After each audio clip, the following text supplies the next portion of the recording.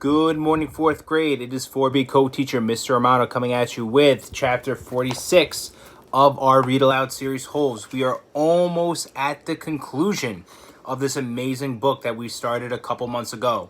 We've been going chapter by chapter. We're going to finish strong. I hope you guys had a fantastic Memorial Day weekend. We're going to get right to it. 500 seconds later, his heart was still beating. Mr. Pendanski screamed. The lizard, which had been in the cereal box, was springing toward him. Mr. Sir shot it mid-air. Stanley felt the blast shatter the air around him. The lizard scurried frantically across his very still body. He did not flinch. A lizard ran across his closed mouth. He glanced at Zero, and Zero's eyes met his. Somehow, they were both still alive, at least for one more second, one more heartbeat. Mr. Sir lit a cigarette. I thought you quit, said one of the other counselors. Yeah, well, sometimes sunflower seeds just won't cut it. He took a long drag on his cigarette. I'm going to have the nightmares the rest of my life. Maybe we should just shoot them, suggested Mr. Pendanski. Who? Asked the counselor. The lizards or the kids? Mr. Pendanski laughed grimly. The kids are going to die anyway. He laughed again. At least we got plenty of graves to choose from. We've got time, said the warden. I've waited this long. I could wait another few. Her voice trailed off. Stanley felt the lizard crawl in and out of his pocket. We're going to keep our story simple, said the warden. That woman's going to ask a lot of questions. The AG will most likely initiate an investigation. So this is what happened. Stanley tried to run away in the night. Fell in a hole and the lizards got him. That's it. We're not even going to give them Zero's body. As far as anybody knows, Zero doesn't exist. Like Mom said, we got plenty of graves to choose from. Why would he run away if he knew he was getting released today? Asked Mr. Pendanski. Who knows? He's crazy. That was why we couldn't release him yesterday. He was delirious, and we had to keep watch over him so he wouldn't hurt himself or anybody else. She's not going to like it, said Mr. Pendanski. She's not going to like anything we tell her, said the warden. She stared at Zero and at the suitcase. Why aren't you dead yet? She asked. Stanley only half listened to the talk of the counselors. He didn't know who that woman was or what AG meant. He didn't even realize they were initials. It sounded like one word, AG. His mind was focused on the tiny claws that moved up and down his skin and through his hair.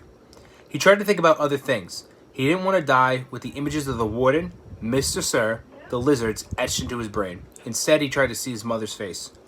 His brain took him back to a time when he was very little, all bundled up in a snowsuit. He and his mother were walking hand in hand, mitten in mitten, when they both slipped on some ice and fell and rolled down a snow-covered hillside. They ended up at the bottom of the hill. He remembered he almost cried, but instead he laughed. His mother laughed too. He could feel the same light-headed feeling he felt then, dizzy from rolling down the hill. He felt the sharp coldness of the snow against his ear. He could see flecks of snow on his mother's bright and cheery face. This was where he wanted to be when he died. Hey, caveman, guess what? Said Mr. Sir. You're innocent after all. I thought you'd like to know that. Your lawyer came to get you yesterday. Too bad you weren't here. The words meant nothing to Stanley, who was still in the snow. He and his mother climbed back up the hill and rolled down again, this time on purpose. Later, they had hot chocolate with lots of melted marshmallows. It's getting close to 4:30, said Mr. Pendanski. They'll be waking up. The warden told the counselors to return to the tents. She told them to give the campers breakfast and to make sure they didn't talk to anyone. As long as they did as they were told, they wouldn't have to dig any more holes. If they talked, they would be severely punished. How should we say they will be punished? One of the counselors asked. Let them use their imagination, said the warden.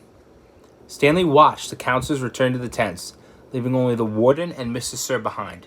He knew the warden didn't care whether the campers dug any more holes or not. She'd found what she was looking for. He glanced at Zero. A lizard was perched on his shoulder. Zero remained perfectly still except for his right hand, which slowly formed a fist.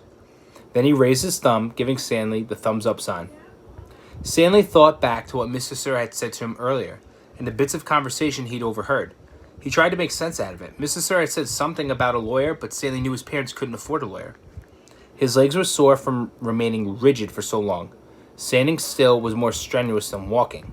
He slowly allowed himself to lean against the side of the hole. The lizards didn't seem to mind.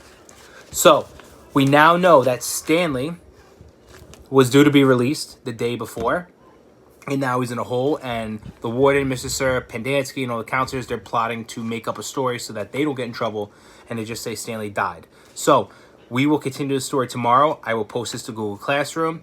Question will be available on YouTube and Google Classroom as well. I love and miss you guys. I'll see you soon. Bye.